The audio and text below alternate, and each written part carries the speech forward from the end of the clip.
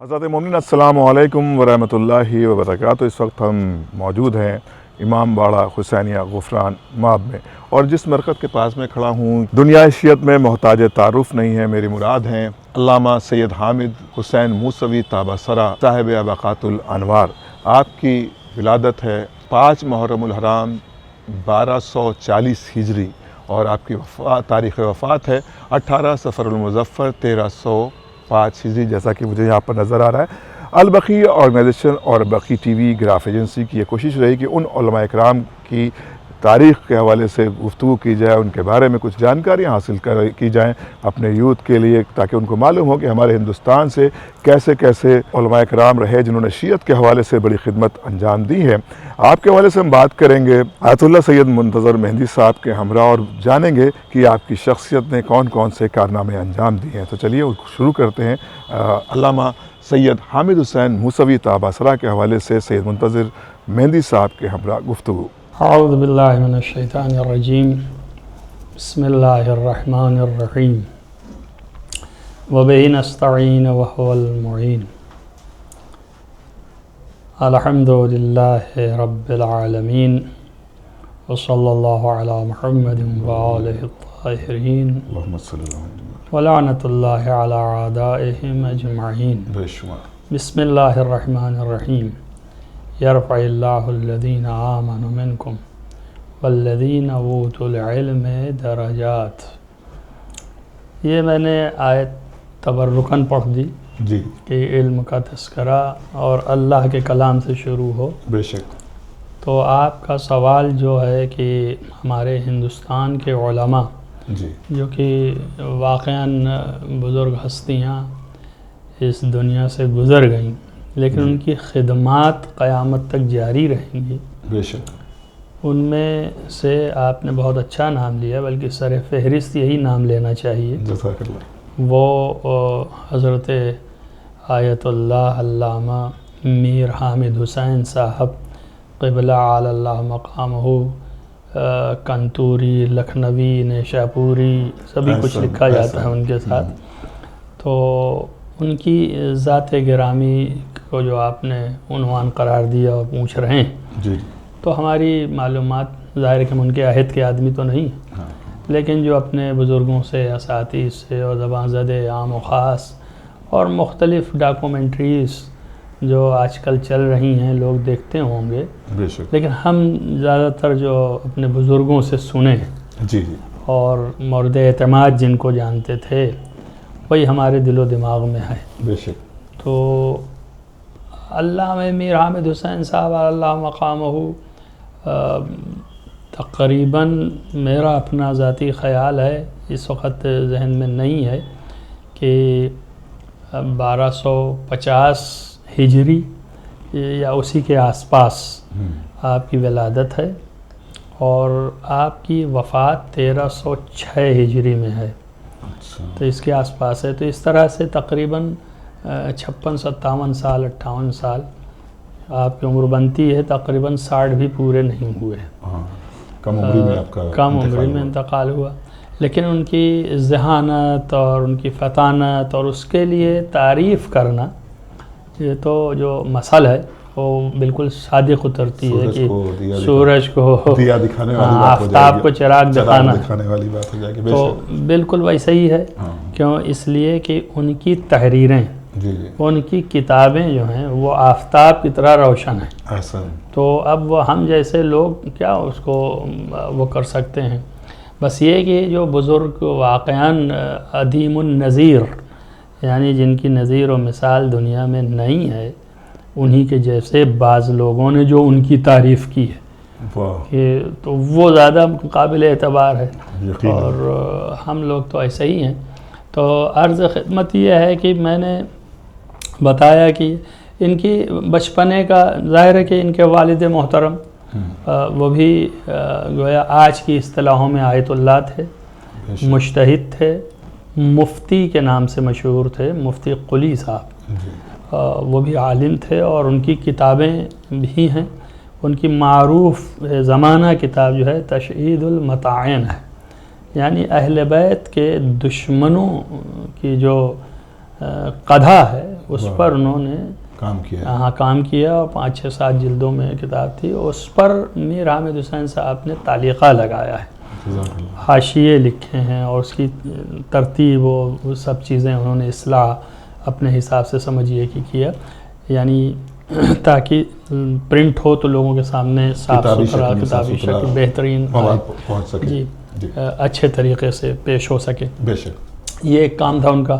اور جہاں تک ان کی تعلیم و تربیت کے سلسلے میں گفتگو کی جاتی ہے تو 2 عالموں کا نام آتا ہے، ایک تو خود ان کے والد کا نام آتا ہے کہ ان کے والد سے انہوں نے مفتی قلی صاحب سے تعلیم حاصل کی، اور دوسرے سید حسین علی مکان جو کہ جناب غفران مآب کے بیٹے تھے، ان سے تعلیم حاصل کی۔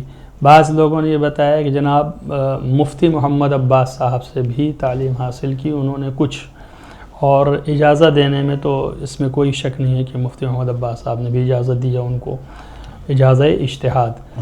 اور جو میں نے پڑھا اور سنا، یہ مختصر میں مقدماتی چیزیں بتا دوں آپ کو، ہماری نوجوان نسلوں کے لیے بہت اہم بھی ہوں گی، جی کہ وہ تو 17 سال کے سن میں سنتے ہیں کہ اجازت اجتہاد ان کو دستیاب ہوا، اور اس زمانے کے سارے علماء نے ان کو اجازت دیا، اور کم سنی ہے یہ ایک طریقے سے۔ یہاں پر بڑی پرلطف بات یہ ہے کہ اسی دور میں مناظرے کا بازار گرم تھا، اور اسی زمانے میں ایک شخص جو ہے وہ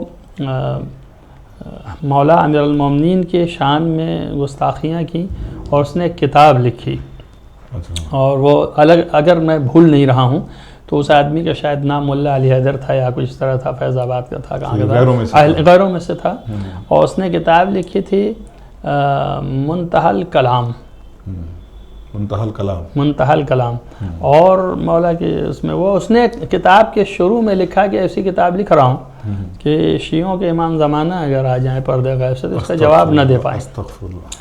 تو اس کے لیے مفتی محمد عباس صاحب نے بورڈ بٹھالا، تو بورڈ میں اس زمانے کے ان کے سطح کی عمر کے جو علماء تھے ان کو جمع کیا، مگر ان کو نہیں بلایا، اس لیے کہ یہ ابھی نوجوان تھے، کم سنی کی وجہ سے، تو ان کو بڑا درد و غم ہوا، اور یہ کہ بہرحال جب اگر اجازت اجتہاد ملا ہے تو میں کچھ ہوں تو مجھے بھی بلاتے، تو کم سے کم کچھ نہیں تو میں خود بھی فائدہ ہی اٹھاتا، بزرگوں سے فیض اٹھاتا، لیکن جب نہیں تو انہوں نے اس کا جواب ایک جلد لکھ دیا، وہاں بورڈ بن گیا کہ بورڈ جو ہے اس پر وہ کام کرے گا، اس میں وہ شامل بھی نہیں، لیکن انہوں نے اس کا ایک جلد جواب لکھ دیا، اور اس کا نام رکھا استقصاء الافہام فی رد منتہی الکلام، یعنی استقصاء کے معنی ہوتے ہیں چھان بین کرنا خوب، تو استقصاء الافہام فی رد منتہی الکلام، یہ پہلی جلد لکھ کر کے اور مفتی صاحب کے پاس انہوں نے لے جا کے پیش کیا کہ یہ میری کاوش ہے،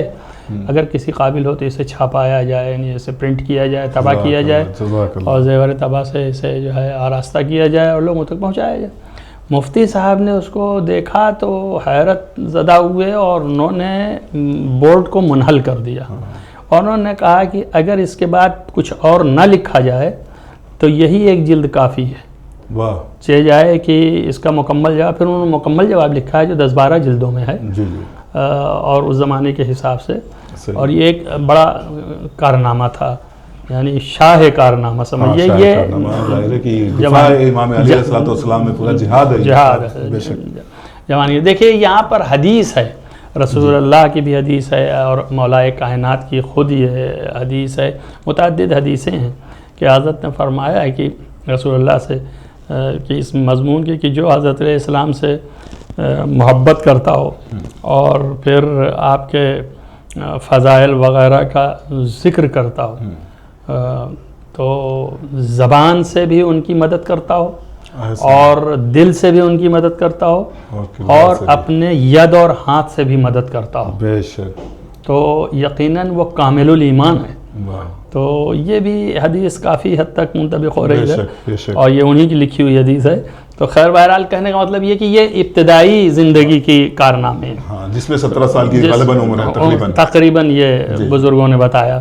اچھا، پھر اس کے بعد ظاہر ہے کہ وہ اپنے والد کے اس پر اور اپنے اساتذہ کے رنگ پر آئے، اور اس زمانے میں تحفہ اثنا عشری جو ہے وہ آئی تھی، اور اس کا جواب لکھا جا رہا تھا. جناب غفران مآب اللہ مقامہ نے لکھا, اور ان کے فرزندوں میں ان کے 4-5 بیٹے تھے, اور سبھی بیٹے مجتہد تھے ماشاء اللہ. یعنی انہی لوگوں کا فیض ہے پورے ہندوستان میں, لکھنؤ میں.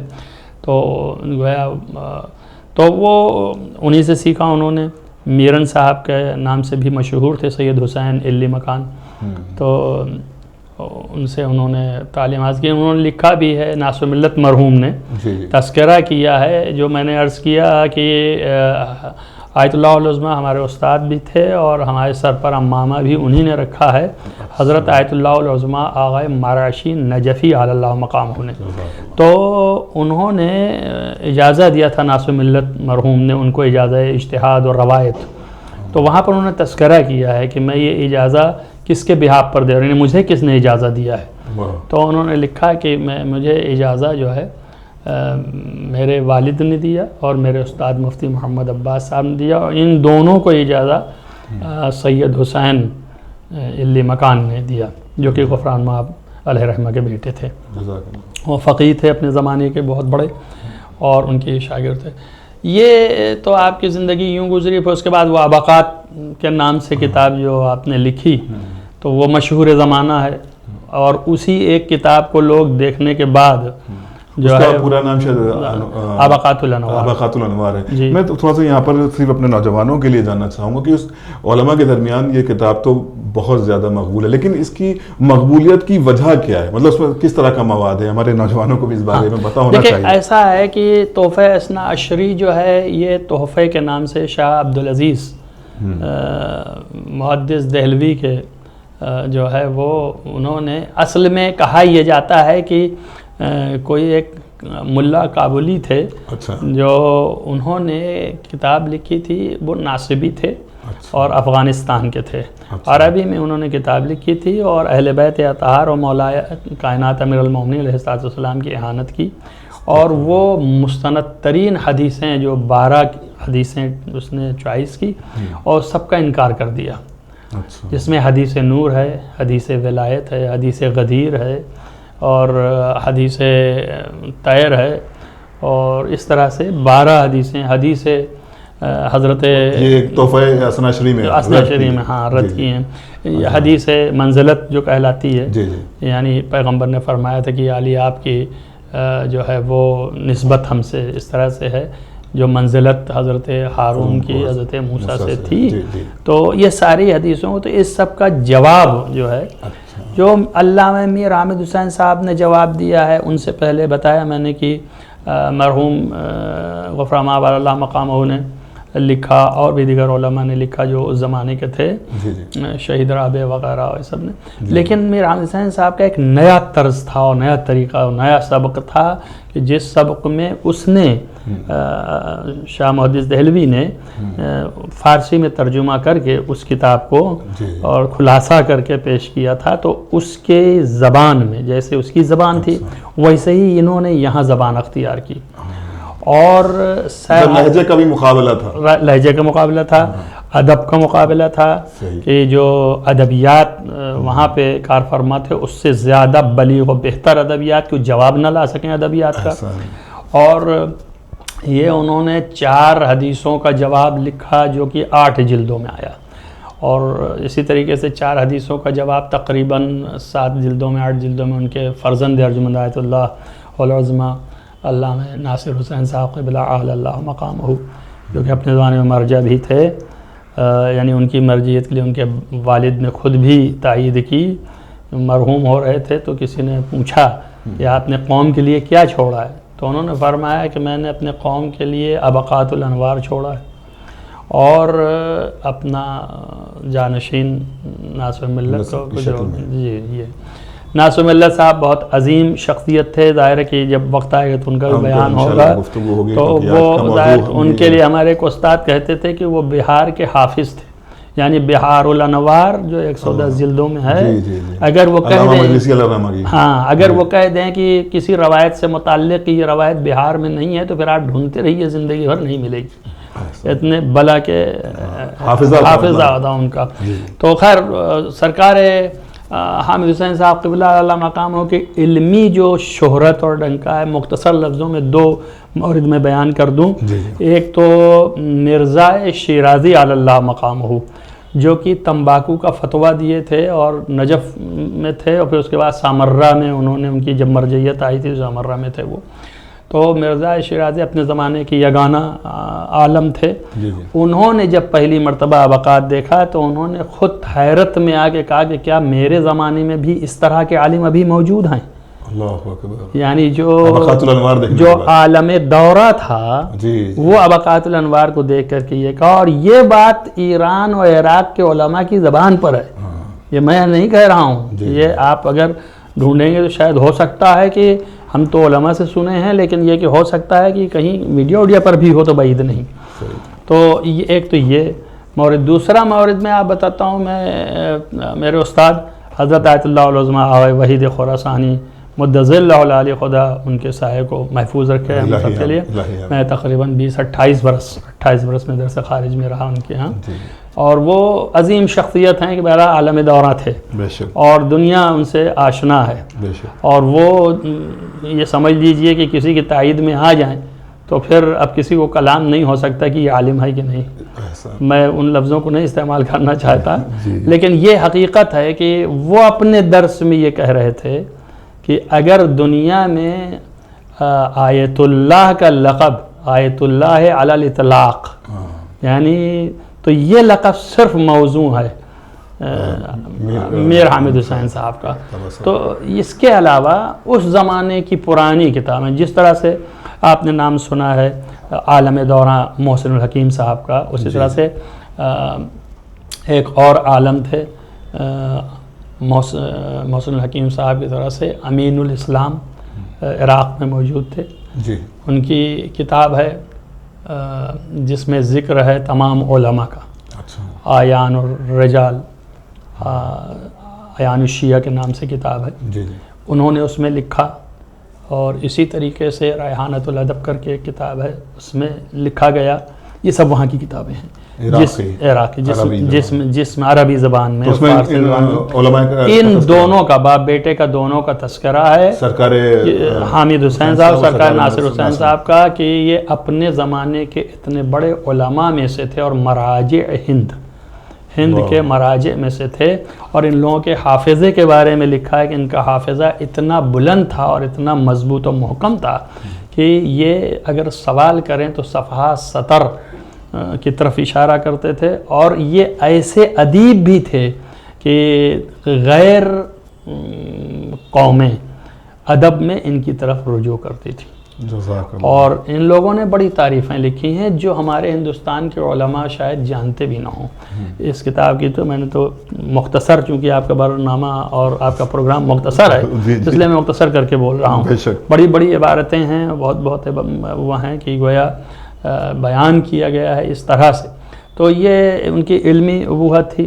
اور یعنی آپ سمجھیے کہ اپنے زمانے کے سارے علماء، حد یہ ہے کہ رہبر کبیر آیت اللہ العظمہ خمینی رحمۃ اللہ علیہ نے خود کہا کہ میں نے خود ابقات پڑھی ہے اور مجھے بڑا شوق تھا کہ میں ابقات ضرور پڑھوں، اور دیکھنے کے بعد حیرت بھی ہوئی کہ اتنا بڑا کام ایک عام انسان کے بس میں نہیں ہے سوائے تائید خدا بندی کے اور معصومین کے مدد کے. کیونکہ خمینی صاحب کا بھی ذکر آ گیا، آقا میں یہاں پر سے آپ سے گزارش کروں گا، کیونکہ ایک جس بستی سے، جس زمین سے میر حامد حسین صاحب تبصرہ کا ذکر ہوتا ہے، یعنی کنتور کی زمین سے، اسی زمین سے اکثر یہ آخری سوال ہے کیونکہ وقت کا پیش نظر رکھتے ہوئے، تو اس زمین سے جناب روح اللہ آیت اللہ خمینی صاحب کا بھی نام جوڑا جاتا ہے. اس میں کس طرح کے معاملات ہیں؟ کہ دیکھیے ہمارے علم کے مطابق اور ہمارے سورس ہیں اس سلسلے میں، آیت اللہ العظمہ خمینی رحمۃ اللہ علیہ کے بڑے بھائی آیت اللہ پسندیدہ اور حضرت آیت اللہ العظمہ مرحوم عامر رشید نجفی علی اللہ مقام، ان دو آدمیوں کا انٹرویو بھی ہے اور تحریر بھی موجود ہے، اور مطلب ٹی وی پہ بھی اس پہ بھی موجود ہے. تو ان لوگوں نے یہ بیان کیا ہے کہ آقا خمینی کے پر دادا جو ہیں وہ اور مفتی قلی کے والد وغیرہ جو ہیں یہ آپس میں بھائی تھے. اب سگے بھائی تھے کہ چچیرے بھائی تھے اس کی اس میں وہ رشتہ تھا بہرحال، ہاں آپس میں رشتہ تھا. یہ لوگ کشمیر میں تھے اور کشمیر سے مائیگریٹ ہو کر کے ادھر یو پی کی طرف آ گئے. لکھنؤ اور اطراف لکھنؤ میں ان کو جب زمینداری ملی تو وہاں کنتور کی تو وہاں وہ بس گئے، اور لیکن رہے لکھنؤ میں زیادہ، اور وہیں چونکہ علمی مقام وہی تھا اور مرکز تھا مرکز. اور یہ جو ہیں یہ نجف چلے گئے، اور نجف سے پھر وہ خمین گئے ایران، اور خمین میں وہاں ان کی شادی ہوئی، اور پھر ان کے 3 لڑکے ہوئے، اور پھر 19 کے لڑکوں میں سے ایک لڑکے کے بیٹے آغا خمینی ہیں. تو اس طرح رشتہ ان لوگوں کا خاندان نام جوڑا جاتا ہے کہ یہاں پر حضرت خمینی رحمۃ اللہ علیہ وہاں پر قیام نہیں کیا، وہاں پر گئے نہیں، لیکن چونکہ ایک عزیزداری تھی اس گھرانے سے تو اس بنا پر کنتور کا نام کے ساتھ ان کا نام بھی. بس جو کچھ بھی ان لوگوں کے بزرگوں کے انٹرویو سے ہمیں حاصل ہوا وہ یہ ہے کہ ان کے جد آغا خمینی کے وہ نیشاپور سے مائیگریٹ ہو کے کشمیر گئے تھے، اور پھر کشمیر سے مائیگریٹ ہو کے نجف گئے، اور نجف سے پھر ایران چلے گئے اور وہاں رہ گئے. یہ حقیقت ہے، لیکن کنتور سے ان کا کوئی چھوتا نہیں ہے. یہ ضرور کہا جا سکتا ہے کہ جو کنتور میں یہ لوگ تھے، یہ گھرانہ تھا جس میں کہ آخری چشم چراغ ابھی اس وقت مولانا آغا صاحب قبلہ موجود ہیں، خدا سلامت رکھے. تو مطلب ان لوگوں کا رشتہ ہے، خاندانی رشتہ ہے. اب باقی وہ تو خود بھی جانتے ہوں گے ہم سے بہتر، ہم نے تو جو بزرگوں سے سنا وہ بیان کر رہے ہیں. تو یہ حقیقت ہے. اب اس کے بعد کیا لوگ بیان کرتے ہیں کیا نہیں مجھے نہیں معلوم، لیکن یہ 2 مستند جو راستے ہیں. ایک تو آغا پسندیدہ جو آغا خمینی کے بڑے بھائی تھے، آغا خمینی سے تقریباً 15 سال بڑے تھے وہ، اور آغا خمینی کی بھی پرورش انہوں نے کی تھی، کیونکہ آغا خمینی بچپنے میں ان کے والد شہید ہو گئے تھے. اور اسی طریقے سے آغا مرشد نجفی علی اللہ مقام جو آغا خمینی کے ہمعصر تھے، اور انہوں نے بھی، اور آغا مرشد نجفی اپنے زمانے کے بہت بڑے محقق تھے. آپ سمجھیے کہ احقاق الحق جو کتاب علامہ نور اللہ ششتری شہید ثالث نے لکھی ہے، وہ ایک جلد میں بڑی ایک جلد. انشاءاللہ اس موضوع پر بھی ہم لوگ آگے گفتگو کریں گے، اور میں چاہتا ہوں کہ اس بات کو فی الحال ابھی کیونکہ مواد بہت زیادہ ہے، گفتگو بہت ہے، لیکن ہم یہ بھی خیال ہے کہ جو ہمارے ویورز ہیں ان کو تھوڑا سا ریسٹ ملنا چاہیے. آگے انشاءاللہ بھی ہم لوگ اس پر اور گفتگو کریں گے. اور یہ تھی ایک مختصر سی لیکن جامع جانکاری حضرت میر حامد حسین کنتوری صاحب طب اسرا کے حوالے سے آیت اللہ سید منتظر مہدی صاحب رضوی صاحب کے ہمراہ. اور انشاءاللہ یہ سلسلہ ہمارا 4-5 ایپیسوڈ میں جاری و ساری رہے گا، جس میں ہم ہندوستان کے دیگر علماء کرام کے بارے میں گفتگو کریں گے. خدا حافظ والسلام.